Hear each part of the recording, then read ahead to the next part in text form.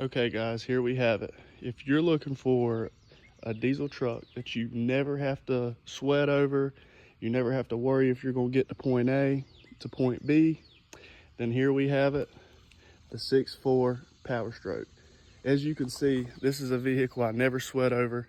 I take it anywhere across this country and I know reliably I'll get there and back home. And if you actually know anything about these trucks, then you know everything I just said is a lie.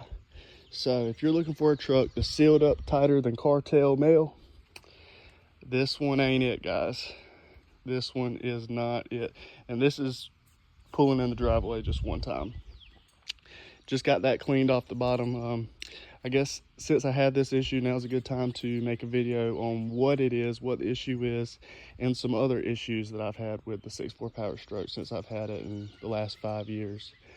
What I believe this leak is from, let me pop the hood so I can give you a closer look. It is a combination of a couple leaks actually.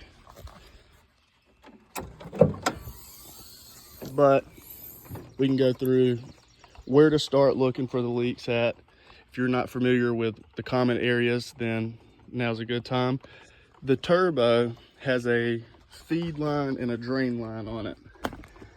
On top, if you have the factory compounds, it's going to look different than this. In this location is going to be your low pressure turbo, and then right there is going to be your high pressure turbo, so it's going to be harder to see it. But the drain line is going to be in the same area, and it's going to be right there. That is the drain line, and that is a common area for oil to leak, and it puddles up whenever you're driving. It goes back down the back side of your engine, and it can look like a couple of different types of leaks. It can look like a rear main seal leak, and it can really just anything on the back side of the engine. For people that are not CCV rerouted, that's this tube here. If you have it routed still into your intake, I see that it's common for glow plugs and just every little seam to kind of weep out a little bit of oil.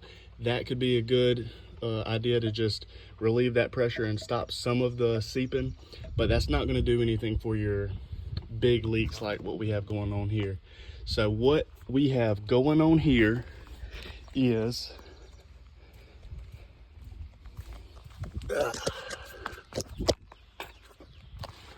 a rear main seal leak.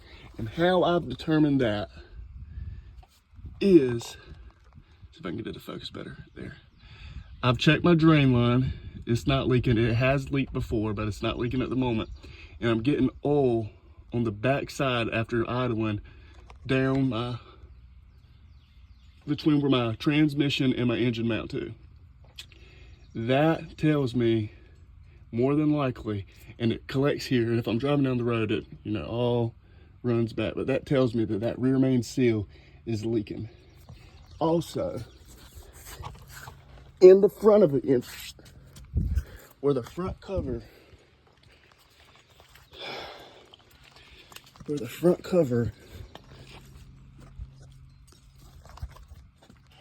between the pulley for the crank and belts and the front cover, I get a drop of oil. I just washed it off, so it's hard to see, but you can see where it was coming out in the middle, kind of running down.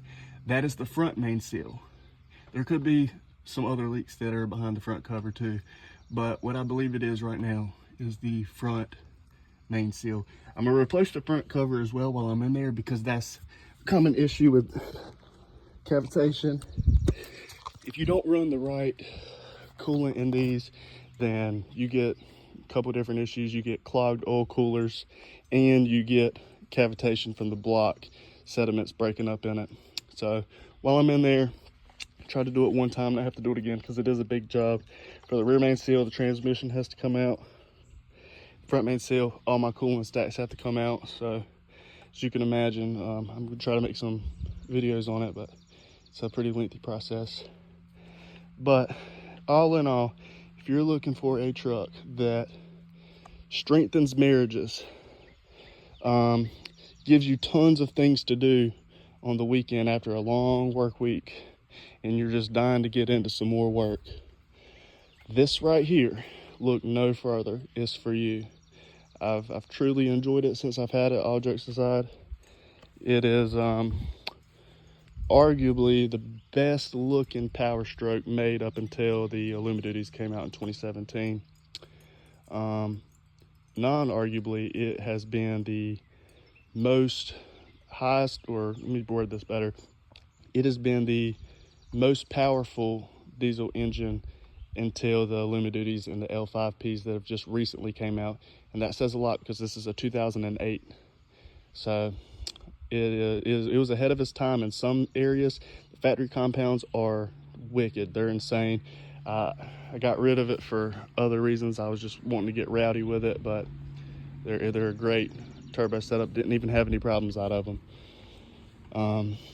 The looks, the power, but reliability, that's the big question on these 6.4s. Some are good, some take $20,000-$30,000 to fully bulletproof them, if you can even use that term. I hear the term all the time with 6.0s, and a properly done 6.4 with D-lip pistons, studs, depending on your horsepower level, depends on what all else, but if you just stick with stock horsepower levels, or tune to 650, 700 horsepower stock fuel, those D-lip pistons and studs are going to be what I would consider a bulletproof. I have had to replace my oil cooler in this. This was from whenever I got the truck, and the coolant that was running in it was not proper. I've had to replace my low pressure fuel pump, alternator, a couple small things, but so far no issues out of the engine. Fuel rail pressure sensor, that's a really common one. If you have RPMs that do not stay consistent at idle and they jump around, bounce, that is most likely going to be your cause for it. If you even throw a check engine light for high pressure fuel pump code, or any type of fuel code, fuel trim levels, if you're doing a data log and you're looking at actual desired and they're off, that is the very first try to fix, is the fuel rail pressure sensor, because it's that common and it can be that small of an issue. There's been people on the 6.4 pages and forums that I'm on that have replaced high pressure fuel pump, low pressure fuel pump, injectors, and the whole time it was just that sensor that sits up underneath the valve cover, and wasted a lot of money on easy simple fix. But I wanted to make this video and show everybody, if you're having an oil leak problem, can't figure out exactly where it's coming from, looks like you're dripping oil on the back side of the engine or the front side of the engine, that does not always mean that that's where the leak is coming from. If you're driving, it's always going to blow back from the wind. So start up front, look back, see if you can trace where it's coming from. Check the top of the engine in the valley. If you see any oil there, most likely that's going to be your turbo drain line. It is very common to leak, especially on the factory compounds, because those lines are starting to get old and the O-rings in them are wearing out. But here we have it. Get y'all a good look at this. She is a pretty one.